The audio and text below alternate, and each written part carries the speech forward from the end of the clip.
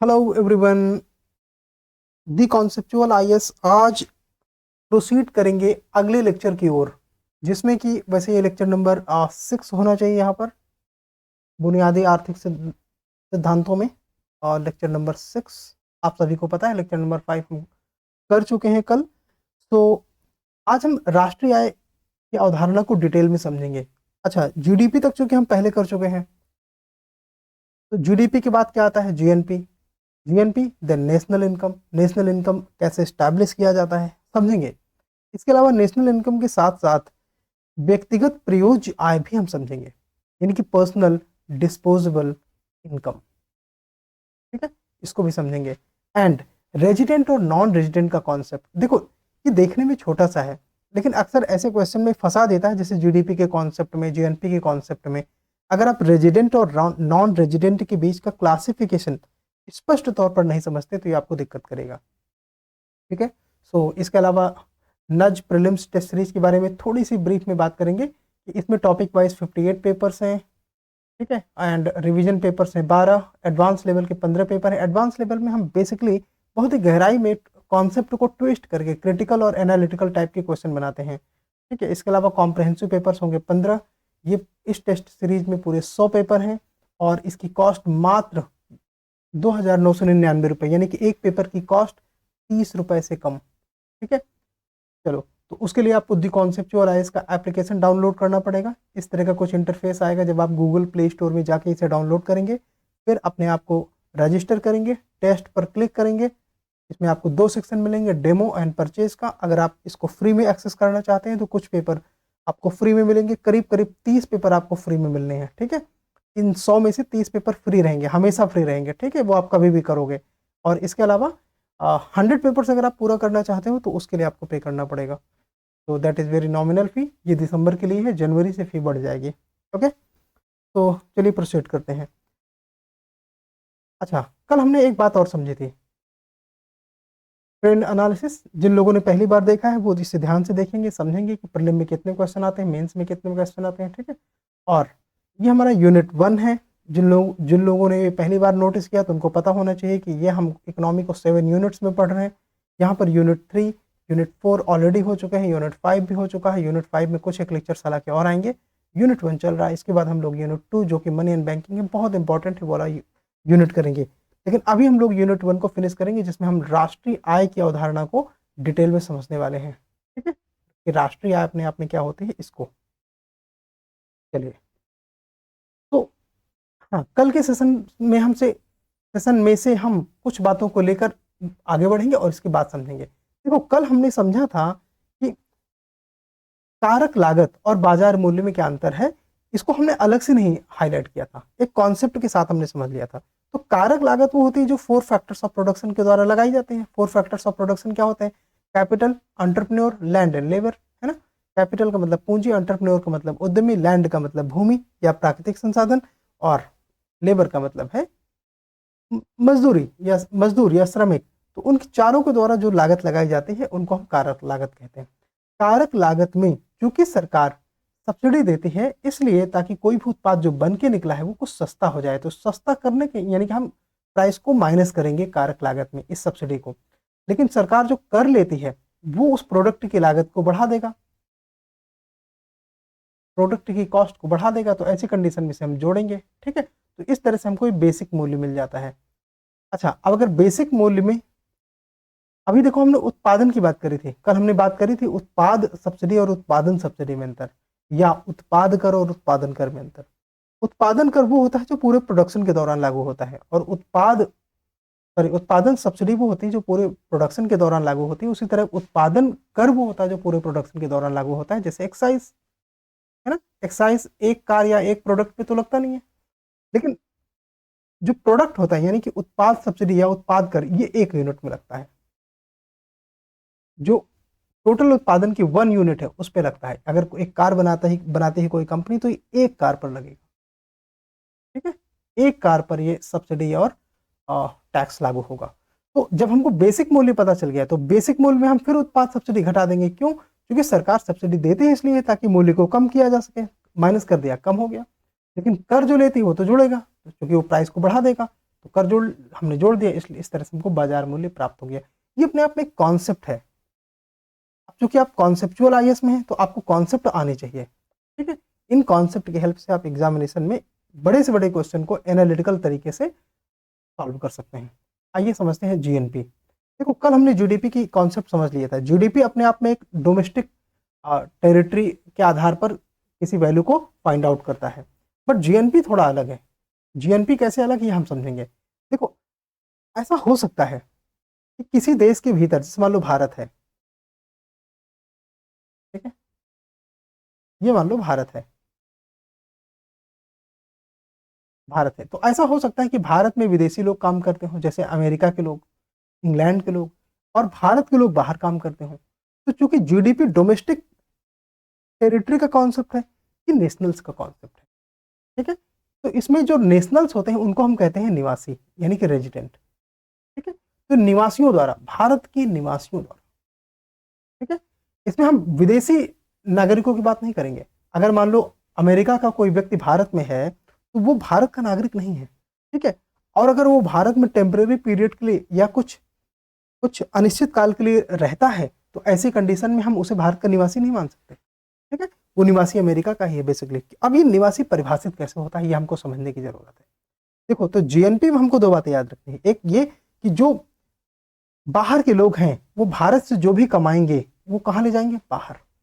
जो भारत के लोग हैं कहीं भी, मान लो ऑस्ट्रेलिया में कोई रहता है इंडियन, वो जो भी अर्न करेगा, मान लो डॉलर अर्न करता है, तो वो कहाँ लेके आएगा, इंडिया, ठीक है। वो कहाँ लेके आएगा, इसे इंडिया लेके आएगा। तो ये इकोनॉमिक इंटरेस्ट से परिभाषित होता है कि कौन विदेशी है कौन भारतीय है, ठीक है। तो यहाँ पर रेजिडेंट का कॉन्सेप्ट हम लोग आज समझेंगे हालांकि डिटेल से। उससे पहले हम लोग जीएनपी का कॉन्सेप्ट समझ लेते हैं। तो अगर हमने जीडीपी कोई अमाउंट निकाला, मान लो 100 रुपए, इसमें अमेरिकन, ऑस्ट्रेलियंस, इंग्लिश, चाइनीज सब मिलाकर मान लो 20 रुपए का उत्पादन करते हैं, तो वो चूंकि वो 20 रुपए अपने देश ले जाएंगे इसलिए हम ये 20 रुपए कम कर देते हैं। मान लो भारत के लोग दुनिया के अलग अलग देशों में, जापान, चाइना, इंग्लैंड, हर जगह फैले हुए हैं, वो कुछ उत्पादन करके जो भी लाभ कमाते हैं, प्रॉफिट कमाते हैं, जो भी कुछ भी कमाते हैं, वेतन कमाते हैं, वो लेके कहाँ आएंगे, भारत में। तो ये भारत की जीडीपी में हम इसे जोड़ देंगे। मान लो वो 30 रुपए लेके आते हैं, तो इस तरह से ये हो गया जीएनपी, ठीक है। तो जीएनपी कितना आया, 110। जीडीपी जबकि केवल 100 था। तो इस तरह से जीडीपी और जीएनपी का कॉन्सेप्ट थोड़ा सा अलग होता है, ध्यान देने की जरूरत है। आइए इसको फिर से समझते हैं। ये संभव हो सकता है क्या कि भारत के भीतर काम करने वाले विदेशी नागरिकों ने जीडीपी के उत्पादन में योगदान दिया हो, इसलिए अब हम केवल भारतीय रेजिडेंट द्वारा किए गए उत्पादन या आय को मापने में रुचि रखते हैं, चाहे वो भारत में हो या विदेश में, बट वो भारत के नागरिकों द्वारा किया गया है या भारत के निवासियों द्वारा किया गया, जिनका आर्थिक इंटरेस्ट, इकोनॉमिक इंटरेस्ट इंडिया में है, ठीक है। तो हम इसे जीएनपी कहेंगे, ठीक है। एनआरआई द्वारा अर्जित आय भारत की जीएनपी में शामिल नहीं होगा। क्यों, एनआरआई में लिखा है नॉन रेजिडेंट इंडियन, तो वो इंडिया का रेजिडेंट है ही नहीं। जैसे ऋषि सुनक की अगर हम बात करें, ठीक है, वो ब्रिटिश सिटीजन है। लक्ष्मी निवास मित्तल, एलन मित्तल, ये इंग्लिश सिटीजन है, लेकिन ये एनआरआई है भारत के, नॉन रेजिडेंट इंडियन हम इनको कह सकते हैं। तो ऐसी कंडीशन में इनका इकोनॉमिक इंटरेस्ट जो कि इंग्लैंड में है, तो ये भारत में हम इनके आय की गणना नहीं करेंगे, ठीक है। तो जीएनपी वह आय या उत्पाद है, इसमें देखो आय में वेतन भी हो सकता है, प्रॉफिट भी हो सकता है, ठीक है, यानी कि लाभ भी हो सकता है, जो देश के रेजिडेंट को प्राप्त होता है। अगर रेजिडेंट वर्ड हमने थोड़ी देर में परिभाषित कर लिया तो हमारे लिए बहुत आसान हो जाएगा। तो जीएनपी क्या होगा, जीडीपी प्लस शेष विश्व में नियोजित उत्पादन के घरेलू कारकों। अब शेष विश्व यानी कि भारत के बाहर सारी दुनिया में लोग, तो उसमें नियोजित उत्पादन के घरेलू कारक, उत्पादन के घरेलू कारक पर ध्यान दो। उत्पादन के घरेलू कारक कौन कौन से हो सकते हैं, जैसे भारत के लोग, भारत के लोगों की कंपनियां, जैसे मान लो मुकेश अंबानी या अडानी की कंपनी अमेरिका में है, ठीक है, तो वो जो भी प्रॉफिट करेगी फाइनली वो भारत लेके आएगी, चूंकि उनका इकोनॉमिक इंटरेस्ट भारत में है। तो ऐसी कंडीशन में वो उत्पादन के कारक भारतीय हैं, भले वो अमेरिका में लगे हों। ओएनजीसी अगर रसिया में काम करती है, वहां से कोई भी प्रॉफिट अर्न करके लाएगी, इंडिया लाएगी फाइनली, तो वो 4 फैक्टर्स ऑफ प्रोडक्शन इंडियन है और वो विदेश में कहीं भी नियोजित है। तो ये 4 फैक्टर्स ऑफ प्रोडक्शन फिर से एक बात याद रख लो, सेल, इंडिया की कैपिटल अगर विदेश में कहीं है, उसे कैपिटल के सामने कोई भी इंटरेस्ट मिलता है तो वो इंडिया ही आएगा। एंटरप्रेन्योर भारत का अगर कहीं पे लागू है तो वो भारत में ही अपनी कमाई लेके आएगा। उसी तरह लैंड एंड लेबर अगर कहीं पे भी नियोजित है तो वो सारा लाभ भारत को मिलेगा। इसलिए भारत के सेल यानी कि 4 फैक्टर्स ऑफ प्रोडक्शन दुनिया में कहीं भी नियोजित है तो वो इनकम भारत आएगी और भारत में उसको जोड़ा जाएगा, भारत की जीडीपी में हम उससे जोड़ेंगे। ठीक है, तो घटेगा क्या? उसी तरह से जिस तरह से भारत के लोग भारत के 4 फैक्टर्स ऑफ प्रोडक्शन कहीं भी ऑपरेटेड होते हैं तो उनको हम जोड़ते हैं, तो अगर विदेश के 4 फैक्टर्स ऑफ प्रोडक्शन भारत में कहीं भी उत्पादन में योगदान कर रहे हैं तो उसे हम घटाएंगे। क्यों घटाएंगे? क्योंकि फाइनली कोई चाइनीज, अमेरिकन, रशियन, इंग्लिश, कोई भी पर्सन, फ्रेंच, जर्मन, कोई भी होगा, वो भारत से अपनी जो भी इनकम होगी, जो भी प्रॉफिट होगा, कुछ भी वो भारत में कमा रहा है वो लेके बाहर जाएगा। ठीक है, तो विदेशियों के द्वारा जो 4 फैक्टर्स ऑफ प्रोडक्शन भारत में नियोजित किए जाते हैं उनको हम माइनस करेंगे, तो इस तरह से हमें जीएनपी मिल जाएगी। अब एक बात देखो, तो जीडीपी के सामने जीडीपी लिखा है, शेष विश्व शेष विश्व में भारतीयों द्वारा किए गए उत्पादन या आय को जोड़ेंगे और उसमें हम घटाएंगे क्या? विदेशियों द्वारा भारत में किए गए उत्पादन या आय को, तो इसे हम शुद्ध कारक आय कह सकते हैं, यानी कि 4 फैक्टर्स ऑफ प्रोडक्शन यानी कि कारक। तो जो शुद्ध कारक होगा वो क्या होगा? जो भारत के कारक विदेश में लगे हैं माइनस जो विदेश के कारक भारत में लगे हैं। ठीक है, तो उसे हम net factor income of from abroad कहते हैं, NFIA। तो जीएनपी बराबर GDP plus NFIA, that's it. तो इस तरह से हमें मिल जाता है जीएनपी। ठीक है, हमने अभी तक यहां तक पहुंच गए हैं जीएनपी तक। आइए देखते हैं, तो अब तक हम आ गए हैं कहां पे? ये जीएनपी।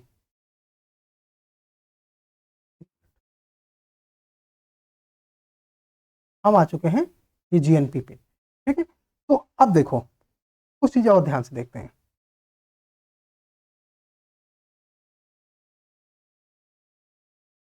ये जो ऊपर बॉक्सेस बने हुए हैं, देखो ये बॉक्सेस बेसिकली क्या इंडिकेट करते हैं? ये बॉक्सेस इंडिकेट करते हैं कि ये हम ना माइनस के साइन को इंडिकेट करते हैं। जैसे कि एक ब्रैकेट में अगर आप माइनस साइन लगा देते हैं, ऐसे माइनस साइन लगा देते हैं ना, ये बॉक्सेस ये इंडिकेट करते हैं। यानी कि जीएनपी में अगर हम डिप्रिसिएशन को माइनस करते हैं तो जीएनपी माइनस डिप्रिसिएशन। डिप्रिसिएशन का मतलब होता है मूल्य ह्रास। मूल्य ह्रास कैसे समझेंगे? जैसे मान लो तुमने एक मशीन खरीदी, कब? 2010 में।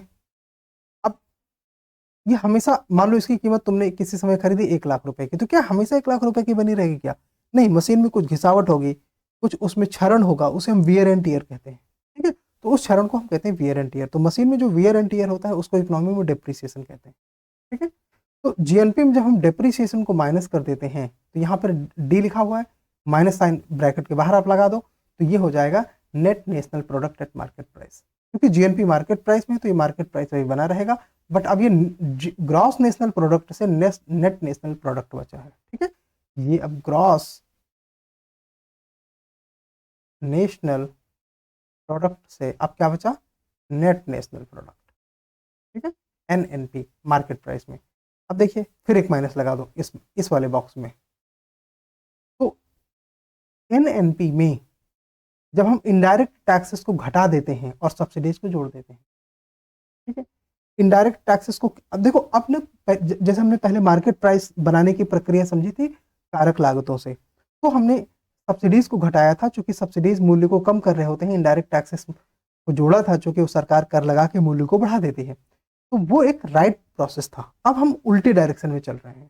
ठीक है, रिवर्स डायरेक्शन में चल रहे हैं, उल्टे डायरेक्शन में। अब हम एमआरपी से यानी कि हाँ, मार्केट प्राइस से अब हम धीरे धीरे कारक लागतों की ओर चल रहे हैं। ठीक है, तो इस तरह से इनडायरेक्ट टैक्सेस हम इसमें घटा देते हैं एनएनपी में, सब्सिडीज को जोड़ देते हैं। ये माइनस साइन है, ये माइनस गुणा होकर प्लस हो जाएगा, है ना, और सब्सिडीज को जोड़ देंगे तो ये हमें मिल जाएगा नेशनल इनकम। और नेशनल इनकम को कहते हैं net national product at factor cost. तो फैक्टर कॉस्ट कैसे निकली है, कारक लागत कैसे निकली है, हमने मैक्रो इकोनॉमिक वेरिएबल्स में थोड़ी देर पहले देख लिया है कि कारक लागत निकालने के लिए आप net national product at market price में इनडायरेक्ट टैक्सेस को घटा देते हैं और सब्सिडीज को जोड़ देते हैं, तो इस तरह से हमारे पास आ जाती है नेशनल इनकम, राष्ट्रीय आय इसी को कहते हैं। ठीक है,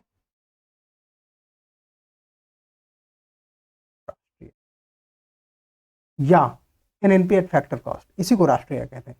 अब देखो फिर ये एक ब्रैकेट लगा है, इसको फिर एक माइनस लगा दो इसमें, तो अनडिस्ट्रीब्यूटेड प्रॉफिट, एक फैक्ट्री के संदर्भ में अगर आप इसे निकालोगे तो आसानी से पता चल जाएगा, क्योंकि पूरे देश में आपके लिए कल्पना करना मुश्किल है कि अनडिस्ट्रीब्यूटेड प्रॉफिट क्या होता है। आइए पहले समझ लेते हैं क्या होता है। जैसे मान लो कि कोई फैक्ट्री में 4 पार्टनर हैं, ठीक है, तो उनके प्रॉफिट अभी बटे हुए ना, नहीं बटे हुए, तो उनके अनडिस्ट्रीब्यूटेड प्रॉफिट को माइनस करो, ठीक है। अच्छा, यहाँ पे सभी प्रतीकों के फुल फॉर्म लिखे हुए हैं, जैसे यहाँ यूपी मतलब अनडिस्ट्रीब्यूटेड प्रॉफिट यानी कि अवितरित लाभ, एनआईएच यानी कि net interest payment by household. तो net interest payment by household यानी परिवारों द्वारा शुद्ध ब्याज का भुगतान हम इसमें माइनस करेंगे, ठीक है, और माइनस कर दो। हमारे पास क्या आ गया था, राष्ट्रीय आय यानी कि net NP eight factor cost, ये हमको मिल गया था। अब हम इसमें जो इनके प्रॉफिट है, इनके जो लाभ है अभी अवितरित हैं, इनको दे देते हैं। अच्छा, अब जो मान लो कोई घरेलू व्यक्ति है, जैसे मान लो आपके मम्मी या पापा, उन्होंने बैंक से लोन लिया होगा, बैंक से लोन लिया होगा तो उस लोन के सामने वो अपने ब्याज का भुगतान करेंगे ना, हाँ, उसको माइनस करो, ठीक है, वो हमने माइनस कर दिया। अच्छा, कंपनियां, जैसे मान लो ये कंपनी है रिलायंस, तो रिलायंस अब कॉर्पोरेट टैक्स का भुगतान करेगी, कॉर्पोरेट टैक्स का भुगतान करेगी, हाँ करेगी, तो ये कॉर्पोरेट टैक्स भी माइनस करो। सारे चिन्ह उल्टा हो जाते हैं, सीधी बात है, याद रखना। अच्छा, transfer received by house hold, TRH, है ना, यानी कि परिवारों द्वारा प्राप्त स्थानांतरण, transfer received by house hold. तो जैसे मान लो तुम्हारे भाई बहन कोई अमेरिका में रहते हैं, वो कुछ तुमको पैसा भेजते हैं, तो वो तुम प्राप्त करोगे, तो माइनस चिन्ह की जगह यहाँ पर प्लस हो जाएगा, चूंकि ब्रैकेट के पहले माइनस लगा है। तो transfer received by house hold को जोड़ लेंगे, बाकी चीज़ों को माइनस कर देंगे, तो हमको मिल गई पर्सनल इनकम। अब जो इनकम हमारे पास बची है, ये हमारी पर्सनल इनकम है, ठीक है। हमारी जो लाइबिलिटीज है वो लगभग लगभग कम हो गई हैं, थोड़ी सी बची है, बाकी ना के बराबर जिम्मेदारियां बची हैं, ना के बराबर देनदारियां बची हैं, ना के बराबर दायित्व बचे हैं, तो उसको हम बोलते हैं पर्सनल इनकम, ठीक है, व्यक्तिगत आय। देखो ये राष्ट्रीय आय थे, इसमें सरकारों का हिस्सा था, है ना। अब इसमें सरकारों का हिस्सा लगभग कम हो गया है, तो ये बची व्यक्तिगत आय, व्यक्तिगत आय। यही समझना जरूरी है, यूपीएससी इन चीजों में बहुत फंसाते हैं, बार बार क्वेश्चन पूछती है। मैं आप सभी को एडवाइस देता हूँ कि ये लेक्चर कम से कम सभी को 2 बार देखना है, ठीक है, अदरवाइज चाहे आप जितना देखो आप भूल जाओगे। अब देखो हमारे पास पीआई आ गया, पर्सनल इनकम, ठीक है। अब पर्सनल इनकम यानी कि व्यक्तिगत आय में 2 चीज और माइनस कर दो, एक पीटीपी यानी कि ये पर्सनल टैक्स पेमेंट। अब जैसे मान लो पर्सनल इनकम आपके फादर हैं, ठीक है, आपके फादर, तो इनकी पर्सनल इनकम मान लो 1 लाख रुपए है, तो ये अपना टैक्स, अपने हिस्से का टैक्स पे करेंगे कि नहीं। मान लो इनकी पर्सनल इनकम सालाना है 11 लाख, तो ये अपना पर्सनल इनकम टैक्स पे करेंगे, हाँ करेंगे, इनके ऊपर दायित्व है भी थोड़ा सा। और non tax payment, non tax payment क्या होते हैं, जैसे कोई फीस, कोई शुल्क, मान लो पासपोर्ट बनवाया, डीएल बनवाया, कुछ भी, ड्राइविंग लाइसेंस बनवाया, तो वो जो फीस शुल्क होते हैं वो नॉन टैक्स पेमेंट होते हैं, जो आपकी ओर से गवर्नमेंट को जाएंगे, ये भी माइनस करो। तो ये आपकी आ गई डिस्पोजेबल इनकम, यानी कि personal disposable income. Personal disposable income वो इनकम होती है जिसे अब आप खर्च कर सकते हैं अपने जीवन यापन में, अपनी दैनिक दिनचर्या में, उनको उसमें खर्च कर सकते हैं, इसीलिए इसको हम बोलते हैं पर्सनल डिस्पोजेबल इनकम। डिस्पोजेबल का मतलब होता है प्रयोज्य आय, तो पीडीआई मतलब होता है व्यक्तिगत प्रयोज्य आय, व्यक्तिगत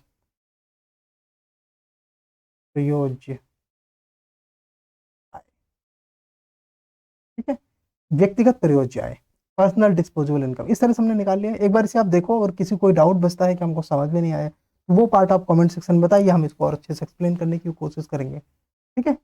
चलिए, जो चीज़ हमने कर ली है उसको थोड़ा सा ब्रीफ में और यहाँ पे देखेंगे। जीडीपी में जब आप net factor income from abroad आप जोड़ देते हैं तो आ जाता है जीएनपी।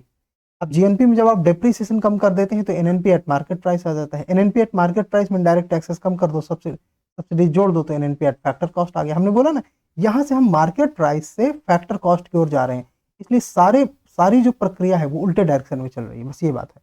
तो एनएनपी एट फैक्टर कॉस्ट ही नेशनल इनकम होती है, नेशनल इनकम होती थी। अब नहीं, अब नेशनल इनकम ये नहीं होती, हम बात करेंगे थोड़ा सा।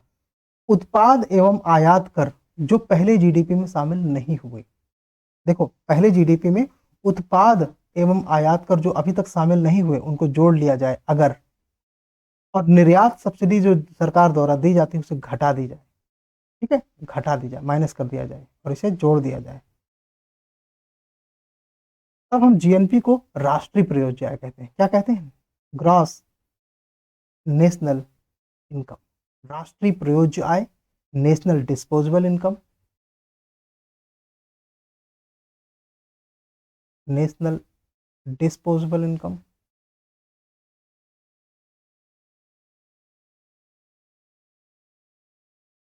या जीएनआई, ग्रॉस नेशनल इनकम कहते हैं। मतलब क्या, इसे एक देश अपने खर्च में ला सकता है।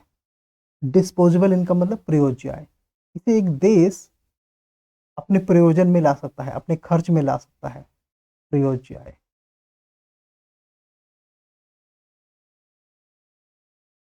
राष्ट्रीय, देश नहीं, यहाँ पे राष्ट्रीय होगा, राष्ट्रीय प्रयोज्य आय, नेशनल डिस्पोजेबल। अब देखो यहाँ पे ध्यान क्या देना है आपको, उत्पाद कर या आयकर ये सरकार को मिलेगा ना, इसलिए इसको जोड़ रहे हैं। इन चिन्हों को कैसे लगाया गया है, बस यही कॉन्सेप्ट होता है, ध्यान देना, ठीक है। और सब्सिडी जो सरकार दे देगी वो तो उनकी सरकार के हाथ से चली गई, इसलिए वो घट गया, ठीक है। इसलिए नेशनल डिस्पोजेबल इनकम को इस तरह से एडजस्ट करके निकाला गया, इंपॉर्टेंट है। अच्छा एक और बात, अब जब जीडीपी की गणना की जाती है साल 2015 की बात से,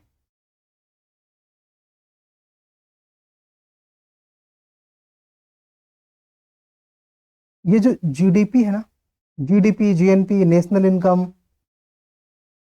इनकम, इन सभी की गणना मार्केट प्राइस पे की जाती है, बाजार मूल्य पर। अब इनकी फैक्टर कॉस्ट पर नहीं इनकी गणना की जाती, बाजार मूल्य पर, ठीक है, मार्केट प्राइस पर इनकी गणना की जाएगी। इस तरह से जीडीपी और नेशनल इनकम की जो अकाउंटिंग है वो बाजार मूल्य यानी कि मार्केट प्राइस पे की जाती है। ये बात आप सभी को ध्यान देना है, ना कि फैक्टर कॉस्ट पर, ठीक है। ये क्वेश्चन देखते हैं, निम्नलिखित में से कौन सा व्यक्तिगत प्रयोज्य आय में शामिल है। ध्यान दो, व्यक्तिगत प्रयोज्य आय मतलब वो आय जिसको आप खर्च में यूज कर सकते हैं। तो कौन कौन से शामिल है, घरेलू क्षेत्र द्वारा शुद्ध ब्याज का भुगतान। देखो ब्याज तुम्हारा नहीं है, आपने कहीं से भी लोन लिया होगा उसका ब्याज आपको भुगतान करना ही पड़ेगा। तो ब्याज किसका है, बैंक का है, आपका नहीं है, नहीं जुड़ेगा, ठीक है। वो क्या शामिल है ना, नहीं जुड़ेगा।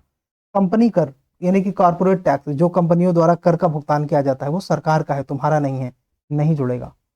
देखो एक बाहर, दो बाहर, दो बाहर, अब या तो बी सही या तो डी सही है।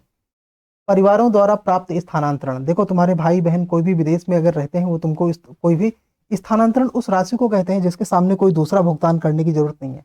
आपके भाई बंधु कोई भी विदेश में रहते हैं वो आपके खर्च के लिए कोई पैसा भेजते हैं, उसे स्थानांतरण कहते हैं, ठीक है, रेमिटेंसेस,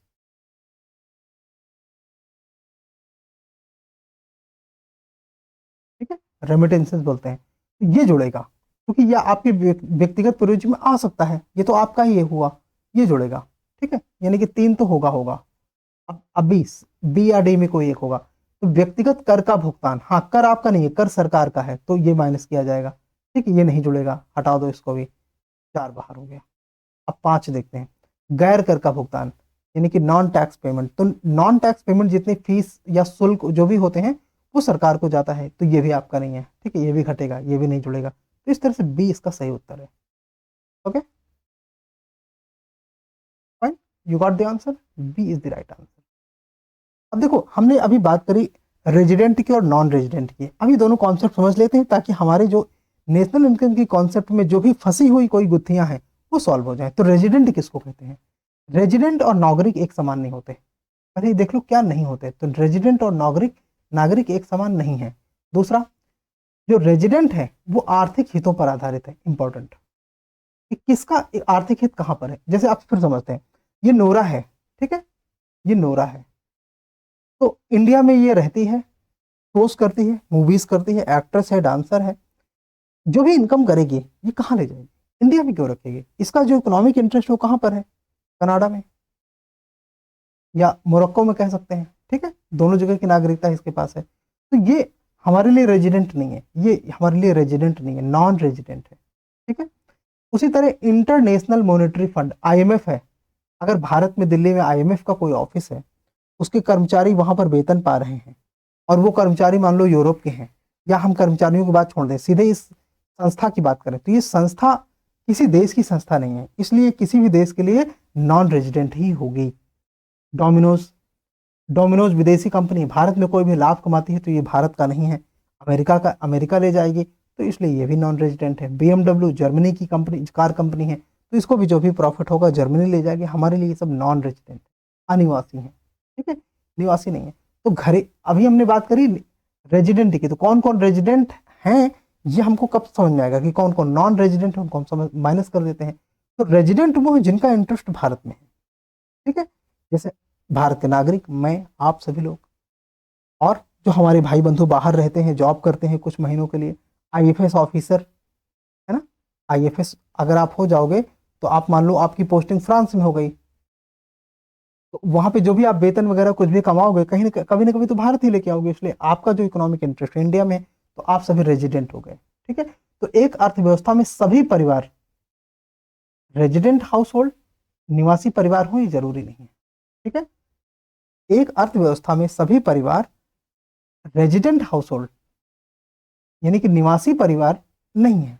क्यों? क्योंकि जो घरेलू जो हाउस होल्ड टर्म होता है, इसमें निवासी और अनिवासी दोनों सम्मिलित होते हैं, ठीक है। तो हाउस होल्ड में रेजिडेंट और नॉन रेजिडेंट दोनों सम्मिलित है, ये ध्यान रखना। ये जरूरी नहीं कि जो हाउस होल्ड हो वो रेजिडेंट हो, ये बिल्कुल जरूरी नहीं, ठीक है। आपके आपके घर के सदस्य किसी और देश के रेजिडेंट हो सकते हैं। उदाहरण प्रियंका चोपड़ा,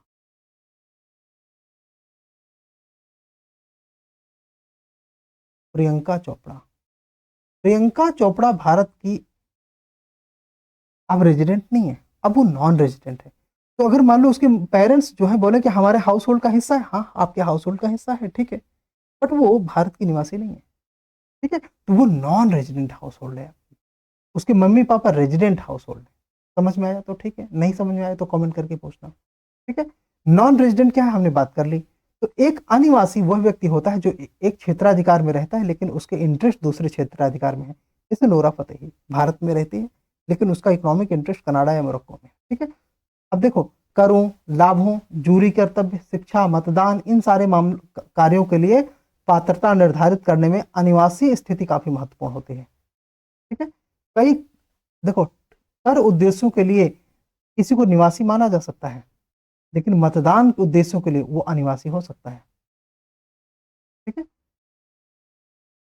राजकीय विद्यालयों में अनिवासी को शिक्षण की उच्च फी का भुगतान करना पड़ सकता है जो अनिवासी है। जैसे नोरा फतेही के बच्चों से भारत में ज्यादा फीस लिया जा सकता है, ठीक है। टैक्स नोरा फतेही इंडिया में पे करेगी लेकिन वोट इंडिया में नहीं देगी, क्योंकि इंडिया से कमाई कर रही है, इसलिए कर के उद्देश्यों के लिए आप उसे निवासी मान सकते हैं, बट मतदान उद्देश्यों के लिए वो अनिवासी है, ठीक है। वैसे वो नॉन रेजिडेंट है, ठीक है, बट कर हम उस भारत में कमा रहे हैं इसलिए भारत में उससे टैक्स लेंगे, उससे ज्यादा भी कर लिया जा सकता है। अनिवासियों के लिए राज्य कर जटिल है, हमने बोला ना, उससे ज्यादा कर लिया जा सकते हैं, कॉम्प्लेक्स टैक्सेशन सिस्टम है। उदाहरण के लिए छुट्टियों के दौरों पर विदेशी आगंतुक, मौसमी कार्यकर्ता, दूसरे देश के राजनयिक, IMF विश्व बैंक के कर्मचारी, उनके कार्यालय, ये सभी अनिवासी हैं, ठीक है, क्योंकि वो टेम्पररी पीरियड के लिए भारत आए हैं। तो अब फिर अभी हमने बात करी थी रेजिडेंट निवासी कौन है, थोड़ा और इसको समझ लेते हैं डिटेल में, सारे सारे डाउट खत्म हो जाएंगे। तो निवासी कौन है? भारत के नागरिक, मेरे आपके जैसे लोग, ठीक है, NRI नहीं। जैसे एलन मित्तल NRI है तो उसकी हम बात यहाँ नहीं करेंगे। विदेशी देश में अस्थायी रूप से कार्य कर रहे भारतीय नागरिक वो हमारे निवासी हैं, जैसे IFS। जैसे मान लो मेरे ब्रदर पेप्सिको में जॉब करते हैं, अमेरिका में उनको 3 महीने के लिए पोस्टिंग मिल गई, वो रेजिडेंट हैं, ठीक है। विदेशी मुंह में भारतीय कंपनियां, जैसे रिलायंस की कोई कंपनी, अडानी की कोई कंपनी, ONGC विदेश में कहीं पे कोई भी वर्क कर रही है, वो सभी रेजिडेंट है, जो कि वो पैसा भारत ही लेके आएंगे। भारतीय नागरिक अपने स्वयं के दूतावास, सैन्य ठिकानों, वाणिज्य दूतावास में कार्यरत हैं, तो वो सभी रेजिडेंट हैं। अंतर्राष्ट्रीय संगठन के स्थानीय कार्यालयों में कार्यरत कार्यरत नागरिक, तो जैसे IMF में अगर मान लो भारत के लोग कोई भी जॉब कर रहे हैं, दिल्ली मतलब IMF का ऑफिस है दिल्ली में, एक IMF का ऑफिस है एक दिल्ली में, ठीक है, ये रीजनल ऑफिस है। तो इसमें इंडिया दिल्ली के भी तो बहुत सारे लोग जॉब करते हैं, इंडियन पीपल जॉब करते हैं, बिहार पटना के लोग बहुत सारे जॉब करते हैं, तो वो सभी के सभी चूंकि भारतीय हैं, वो भले IMF में काम कर रहे हैं, वो भारतीय निवासी यानी कि रेजिडेंट कहलाएंगे। अब जैसे एक उदाहरण के देखते हो, ये अमेरिका में है, उदाहरण के लिए देखते हैं, अमेरिका में है TCS का ऑफिस है, ठीक है, TCS का ऑफिस है। यहाँ पर देखो, यहाँ पर अमेरिका का झंडा है, सॉरी यहाँ पर अमेरिका का झंडा है, यहाँ पर इंडिया का भी झंडा है ना। तो इस कंडीशन में ये हमारा रेजिडेंट है, ठीक है, हमारा रेजिडेंट है, उसका इकोनॉमिक इंटरेस्ट इंडिया में है। बाकी हमने कॉन्सेप्चुअलाइज के टेस्ट सीरीज के बारे में थोड़ी सी बात करी थी कल, आज तो फिर से बात कर लेते हैं। तो बेस्ड ऑन 10 ईयर, हाँ जिनको नहीं देखना उनके लिए सेशन समाप्त हो चुका है। अगर आप देख रहे हैं, आप इंटरेस्टेड हैं, तो आप इसको आगे देख सकते हैं। ठीक है, तो based on last 10 year average, 10 year average ये क्वेश्चन का डिस्ट्रीब्यूशन किया गया है। जैसे पॉलिटी आईआर करंट अफेयर्स के लिए 850 क्वेश्चन है ना, और इंडियन सोसाइटी के लिए और हिस्ट्री के लिए करीब 1150 क्वेश्चन है, 750 क्वेश्चन ज्योग्राफी है, इकोनॉमी में 1050, 650 environment science tech, 650 current affairs, 500 question, करीब 100 पेपर होंगे, प्रत्येक पेपर में 50 क्वेश्चन होंगे, 58 पेपर टॉपिक वाइज हैं, 12 पेपर रिवीजन के हैं, 15 पेपर एडवांस लेवल के हैं, 15 पेपर कॉम्प्रहेंसिव लेवल के हैं। 1 घंटे का टाइम आपको मिलेगा। मैं आपको एडवाइस दूंगा कि वीक में आप 3 दिन, Monday, Wednesday and Friday paper solve करो 1-1 घंटे देकर, और अल्टरनेट डे में यानी कि ट्यूसडे, थर्सडे और सैटरडे में आप डिस्कशन सुनो, 90 मिनट का डिस्कशन जो कि होगा कॉन्सेप्चुअल आईएएस के एप्लीकेशन पे। ठीक है, तो thank you so much for joining the conceptual IAS.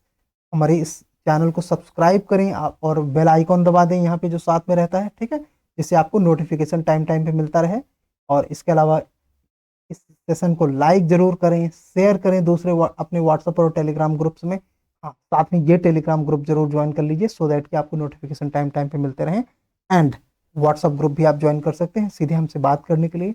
तो वंस अगेन आप सभी को बहुत बहुत धन्यवाद दी कॉन्सेप्चुअलाइज से जुड़ने के लिए। Thank you so much and have a nice time.